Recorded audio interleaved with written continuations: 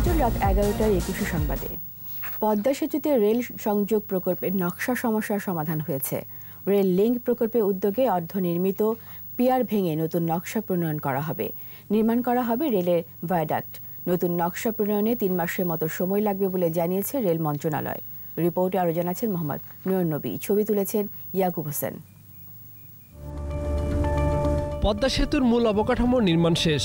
দ্বিতল সেতুটির দুপ্রান্তে আছে রেল ও সড়কের ভায়াডাক্ট। সড়কের ভায়াডাক্ট আছে ঠিকমতো, সামান্য সমস্যা দেখা দেয় রেলের ভায়াডাক্ট নিয়ে। নকশা নিয়ে আপত্তি জানায় সেতু কর্তৃপক্ষ। এ নিয়ে 2 বিভাগের মধ্যে টানাপোড়েন চলে 4 মাস। শেষ পর্যন্ত সব পক্ষ একমত হয়, মানের সাথে কোনো আপোষ নয়। পদ্মা সেতুতে নকশা ও বাস্তবায়নের জটিলতা এবারেই প্রথম না। পদ্মার রেললিং প্রকল্পের এই পিয়ারটির উচ্চতা হওয়ার কথা ছিল 5.7 মিটার, হয়েছে 5.5 মিটার। ঠিক তেমনিভাবে নকশায় দেওয়া আছে এর প্রশস্ততা 11 মিটার, কিন্তু হওয়ার কথা ছিল 15.5 মিটার। অর্ধনির্মিত এই পিয়ারটি ভেঙে আপাতত এই জটিলতার অবসান করা সিদ্ধান্ত হয়েছে, যার ফলে পদ্মার সেতুতে যান চলাচল এবং রেল চলাচলের ক্ষেত্রে কোনো ধরনের প্রতিবন্ধকতা আর থাকবে না। হাইওয়ে ম্যানুয়াল 2005 অনুযায়ী ইন্টারন্যাশনাল করিডোর, এটা আপনারা জানেন, ন্যাশনাল হাইওয়ে, একই সাথে এশিয়ান হাইওয়ে 1। এইখানে কিন্তু আমাদের হরাইজন্টাল ক্লিয়ারেন্স 15.5 এটা রাখতে হয়, একই সাথে ভার্টিক্যাল ক্লিয়ারেন্স হাইট যেটা সেটা 5.7 রাখতে হয়। সেটাই নির্ধারণ করে সিদ্ধান্ত দেওয়া হয়েছে রেলওয়ে মিনিস্ট্রি এবং রেলের যারা প্রকল্প বাস্তবায়নের সাথে জড়িত তারা কিন্তু সেভাবে এখন রিডিজাইন করছেন। সিম্পল কাজ, এবং এটা আমরা ঊর্ধ্বতন কর্তৃপক্ষের কাছে গেছি, ওনারা যেটা ভালো মনে করছেন সেটা দিয়ে দিয়েছেন। সেই রিকমেন্ড অনুযায়ী তাদের যে নির্দেশনা সেটাকে অতি শীঘ্রই আমরা বাস্তবায়ন করব। ডিজাইন কোড অনুযায়ী যা যা থাকার কথা সেটাকে আমরা নিশ্চিত করে ফেলছি। এটাতে ডিজাইন কিছুটা মডিফিকেশনের প্রয়োজন আছে। সড়ক কিংবা রেল, সবখানেই যাত্রীর নিরাপত্তা সর্বাগ্রে। সিদ্ধান্ত আসে নকশা পরিবর্তনের। এরই মধ্যে নকশা সংশোধনের কাজ শুরু হয়েছে, জানালেন এই কর্মকর্তা।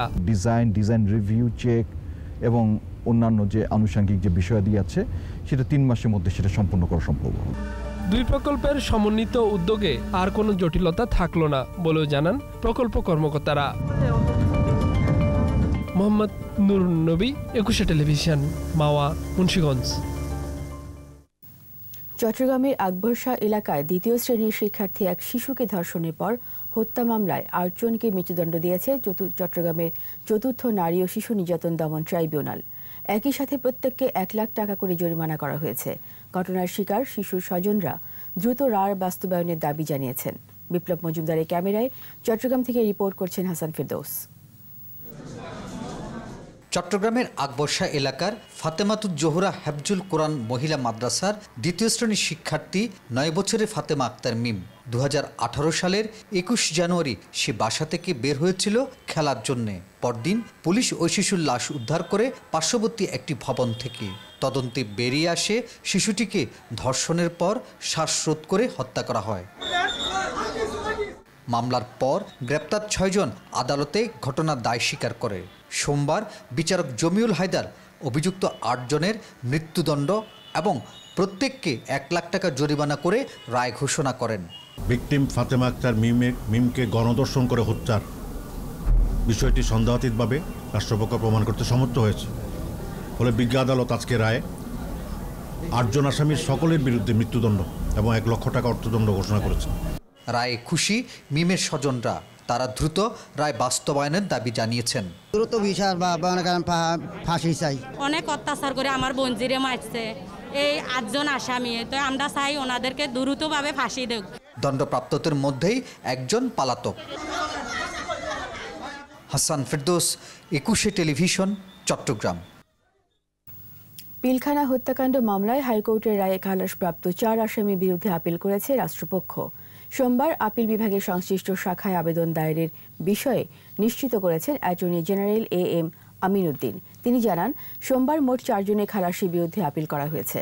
যারা হাইকোর্টে খালাস পেয়েছেন এবং যাদের সাজা হাইকোর্ট কমিয়ে দিয়েছেন তাদের সবার ক্ষেত্রেই আপিল দায়ের করা হবে।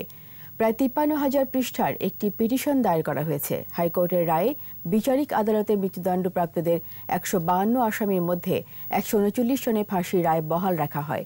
একই সঙ্গে 8 জনের মৃত্যুদণ্ড সাজা কমিয়ে যাবজ্জীবন ও 4 জনকে খালাস দেওয়া হয়।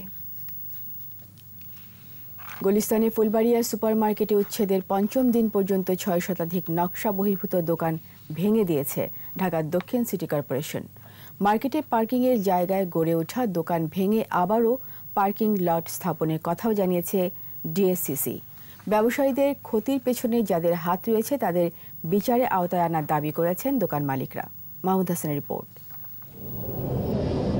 পঞ্চম দিনের অভিযানে গুলিস্তানের ফুলবাড়িয়া সুপারমার্কেটের 6 শতাধিক দোকান উচ্ছেদ করেছে দক্ষিণ সিটি কর্পোরেশন। সিটি প্লাজা, নগর প্লাজা ও জাকের প্লাজার প্রতিটি ভবনের গা ঘেঁষে গড়ে ওঠা নকশা বহির্ভূত 4টি ভবনে অভিযানের সময় বিআইডব্লিউটি এর সহায়তা নেওয়া হয়। অভিযানে মার্কেটগুলোর বেসমেন্টে গড়ে ওঠা দোকান অপসারণ করে দ্রুত গাড়ি পার্কিংয়ের ব্যবস্থা নেওয়া হবে বলে জানিয়েছে ডিএসসিসি।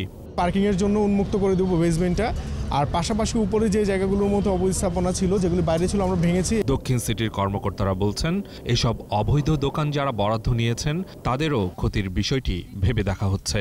যদি এখানের মধ্যে কারো বৈধ কাগজপত্র থেকে থাকে সেগুলি পর্যালোচনা সাপেক্ষে আমরা হয়তো পরবর্তীতে ব্যবস্থা নিব। ক্ষতিগ্রস্ত ব্যবসায়ীরা মার্কেট কমিটিকে আইনের আওতায় আনার দাবি জানান।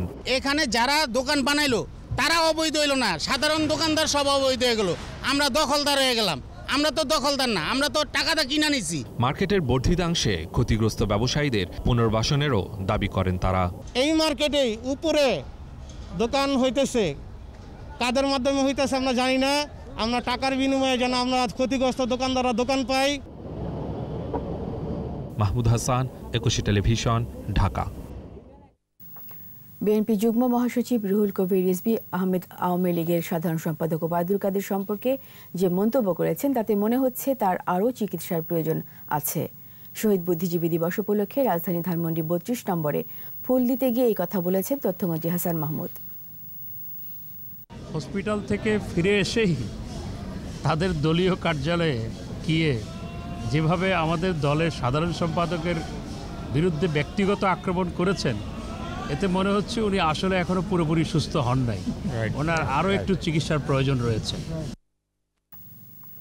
৭১ গণহত্যা ও জাতির শ্রেষ্ঠ সন্তান বুদ্ধিজীবী হত্যাকাণ্ডের অপরাধে পাকিস্তানকে বাংলাদেশের কাছে রাষ্ট্রীয়ভাবে ক্ষমা চাওয়ার দাবিতে সমাবেশ করেছে মুক্তিযুদ্ধ মঞ্চ।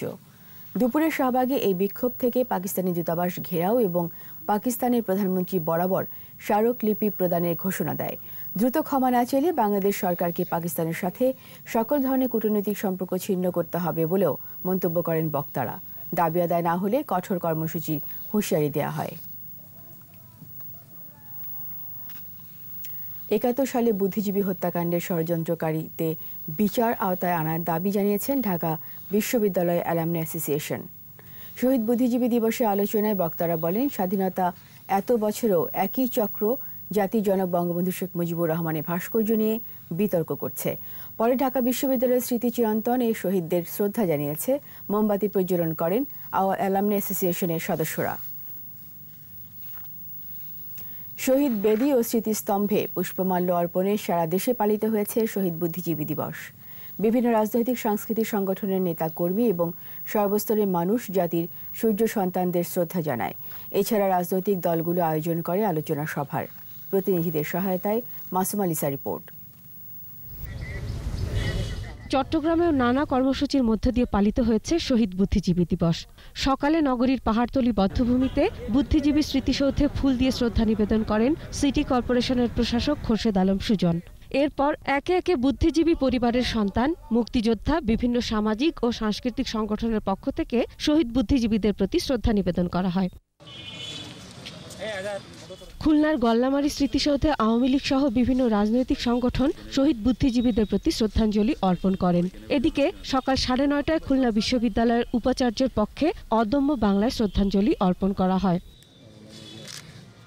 রংপুরের শহীদ মুক্তিযোদ্ধার স্মৃতিসৌধে শ্রদ্ধা নিবেদন করা হয় স্থানীয় প্রশাসন ও পুলিশ প্রশাসন সহ বিভিন্ন রাজনৈতিক সামাজিক সংগঠনের পক্ষ থেকে। বরিশালে সকাল ৯টায় শহীদ স্মৃতিস্তম্ভে পুষ্পমাল্য দিয়ে শ্রদ্ধা জানায় বিভিন্ন রাজনৈতিক ও সামাজিক সংগঠন। এ উপলক্ষে দিনব্যাপী রয়েছে নানা কর্মসূচি। দিবসটি উপলক্ষে সকাল ৯টা থেকে সিলেটের চৌহাটস্থ বুদ্ধিজীবী স্মৃতিসৌধে ফুল দিয়ে শ্রদ্ধা নিবেদন শুরু হয়। সিলেট সিটি কর্পোরেশনের মেয়র সহ সরকারি বেসরকারি বিভিন্ন অফিসের কর্মকর্তা ও কর্মচারীরা শ্রদ্ধা নিবেদন করেন। সকাল ৭টা১৫ উপাচার্য ভবন থেকে শোক র্যালি বের হয় রাজশাহী বিশ্ববিদ্যালয়ে। শহীদ মিনার ও শহীদ বুদ্ধিজীবী স্মৃতিফলকে পুষ্পস্তবক অর্পণ করা হয়। পালন করা হয় ১ মিনিট নীরবতা। ময়মনসিংহে যথাযোগ্য মর্যাদায় পালিত হয়েছে শহীদ বুদ্ধিজীবী দিবস। গাইবান্ধায় সকালে শহীদ স্মৃতিস্তম্ভে পুষ্পস্তবক অর্পণ করেন জাতীয় সংসদের হুইপ মাহবুব আরা বেগম গিনি সহ রাজনৈতিক নেতাকর্মীরা। শ্রদ্ধা জানানো হয় প্রশাসনের পক্ষ থেকে। এছাড়া যশোর, ব্রাহ্মণবাড়িয়া, ঝিনাইদহ, গোপালগঞ্জ, সিরাজগঞ্জ, চুয়াডাঙ্গা, নড়াইল ও হিলি সহ বিভিন্ন স্থানে পালিত হয়েছে শহীদ বুদ্ধিজীবী দিবস। মাসুম আলিসা, ২১ টেলিভিশন। নিচে আবারও বিরতি। নো মাস্ক নো সার্ভিস বিধি মেনে চলুন, সুস্থ থাকুন। যখন ফিরছি তখন অন্যান্য খবরের সঙ্গে আরও থাকবে। ই কমার্সের নামে প্রতারণা, আটক ৬, কম্পিউটার মোবাইল জব্দ। এবার ফাইজারের ভ্যাকসিন অনুমোদন দিল সিঙ্গাপুর। বিশ্বজুড়ে করোনার মৃত্যু ১৬,২০,০০০। আমন্ত্রণ আবারও রাত ১১টায় ২১ সংবাদে। ই কমার্স ভিত্তিক প্রতারণার অভিযোগে রাজধানীর লালবাগের বিভিন্ন এলাকা থেকে ৬ জনকে গ্রেপ্তার করেছে ঢাকা মহানগর গোয়েন্দা পুলিশ। ডিএমপির মিডিয়া সেন্টারের সংবাদ সম্মেলনে ডিবির অতিরিক্ত কমিশনার AKM হাফিজ আক্তার জানান, চক্রটি অনলাইনের মাধ্যমে চটকদার পণ্যের বিজ্ঞাপন দিয়ে অর্ডার নিশ্চিত হওয়ার পর নকল পণ্য সরবরাহ করত। অভিযানে এসএ পরিবহনে পার্সেল পাঠানো ২০০টির বেশি বুকিং মেমো, প্রতারণা কাজে ব্যবহৃত কম্পিউটার, মোবাইল জব্দ করা হয়েছে বলে সংবাদ সম্মেলনে জানানো হয়। প্রতারক চক্র যারা আছে সেখানে দেখা যায় যে আমরা যে টিমটি ধরেছি তারা সেই চটকদার বিজ্ঞাপন ঠিকই দেয়, কিন্তু যখন তারা পণ্য ডেলিভারি দেয় তখন খুবই নিম্নমানের স্মার্টফোন ছাড়াও ভাঙাচোরা অন্যান্য মোবাইল ফোন তারা বাক্স ভরে এসএ পরিবহনের মাধ্যমে প্রতারণা করে। বাংলাদেশ বিমান বাহিনী ডেমোক্রেটিক রিপাবলিক কঙ্গোতে জাতিসংঘ শান্তিরক্ষা মিশনে নিয়োজিত 3টি কন্টিনজেন্টের মোট ৩২০ জন শান্তিরক্ষীকে প্রতিস্থাপন করেছে। প্রতিস্থাপন কর্মসূচির অংশ হিসাবে বিমান বাহিনীর ১৯০ জন সদস্য বাংলাদেশ বিমানের ভাড়া করা একটি বিমানে DR কঙ্গোর উদ্দেশ্যে ঢাকা ত্যাগ করেন। কন্টিনজেন্টের বাকি সদস্যরা আগামী ১৪ জানুয়ারি DR কঙ্গোতে যাবেন। এ উপলক্ষে শাহজালাল আন্তর্জাতিক বিমানবন্দরে মোনাজাতে আয়োজন করা হয়। বিমান বাহিনীর ঊর্ধ্বতন কর্মকর্তারা তাদেরকে বিদায় জানান। এর আগে ২৯ নভেম্বর বিমান বাহিনীর প্রধান air chief marshal Masihuzzaman Serniabat জাতিসংঘ শান্তিরক্ষী মিশনের সততা ও নিষ্ঠার সাথে দায়িত্ব পালনের পরামর্শ দেন। শুধু কথাই নয়, স্বচ্ছতা ও দক্ষতার সাথে কাজ করে দেশকে এগিয়ে নেওয়ার তাগিদ দিয়েছেন প্রধানমন্ত্রীর মুখ্য সচিব ডক্টর আহমদ কায়কাউস। রাজধানীর একটি হোটেলে বঙ্গবন্ধু শিল্পনগরে ২ চীনা কোম্পানির সাথে ইজারা চুক্তি ও শাখা স্থাপনের ব্র্যাক ব্যাংকের সাথে একটি সমঝোতা সই অনুষ্ঠানে তিনি বলেন, পদ্মা সেতু নির্মাণ প্রমাণ করে যোগ্য নেতৃত্ব যে কোনো চ্যালেঞ্জ মোকাবেলা করে এগিয়ে যেতে পারে বাংলাদেশ। অনুষ্ঠানে জানানো হয় ১০ একর জমিতে চীনের CCEC কোম্পানি স্টিল আর ৮ একর জমিতে চীনের জিহং মেডিকেল স্বাস্থ্য বিষয়ক যন্ত্রপাতি তৈরি কারখানা স্থাপন করবে। এই দুই প্রতিষ্ঠানে ১৮৫০ জনের কর্মসংস্থান হবে।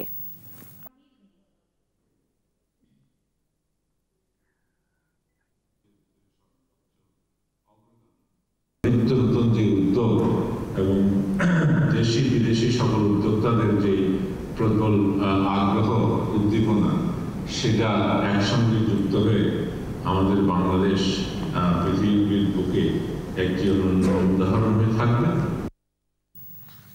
এবার সোশ্যাল ইসলামী ব্যাংক লিমিটেড বাণিজ্য সংবাদ।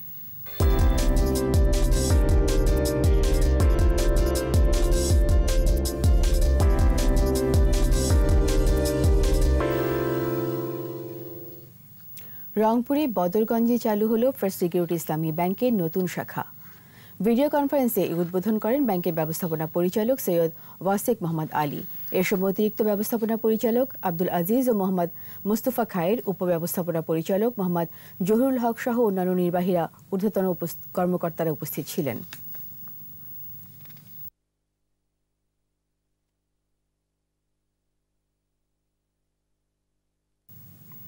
রবি এক্সাইটের সাথে কর্পোরেট চুক্তি সই করেছে শরীফ ফার্মাসিউটিক্যালস। কেরানীগঞ্জের কোনাখোলা এলাকায় Sharif food court and gym পার্কে এই চুক্তি হয়। রবি এক্সাইটের chief enterprise business officer Adil Hussain Nobel Sharif গ্রুপের ম্যানেজিং ডিরেক্টর রজ্জব শরীফের কাছ থেকে চুক্তির স্মারক হস্তান্তর করেন। এ সময় শরীফ গ্রুপের ডিরেক্টর জিয়াউল বাশার, শরীফ ফার্মাসিউটিক্যালসের sales and marketing manager Ibrahim Rashed উপস্থিত ছিলেন।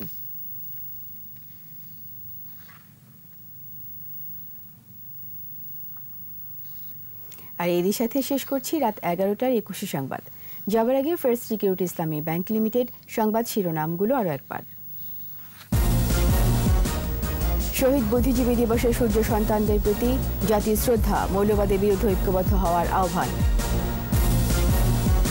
সাম্প্রদায়িকতার বিরুদ্ধে যুদ্ধ চলছে বললেন মুক্তিযুদ্ধ মন্ত্রী। স্বাধীনতা দিবসের আগেই শহীদ বুদ্ধিজীবীদের তালিকা।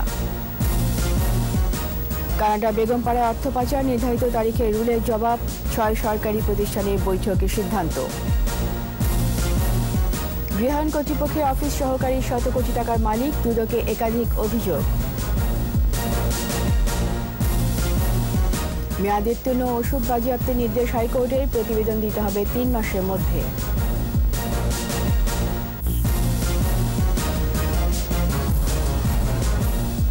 সবশেষ খবর জানতে ডায়াল করুন 202 নম্বরে, আর ভিজিট করুন 21-tv.com এই ওয়েবসাইটে।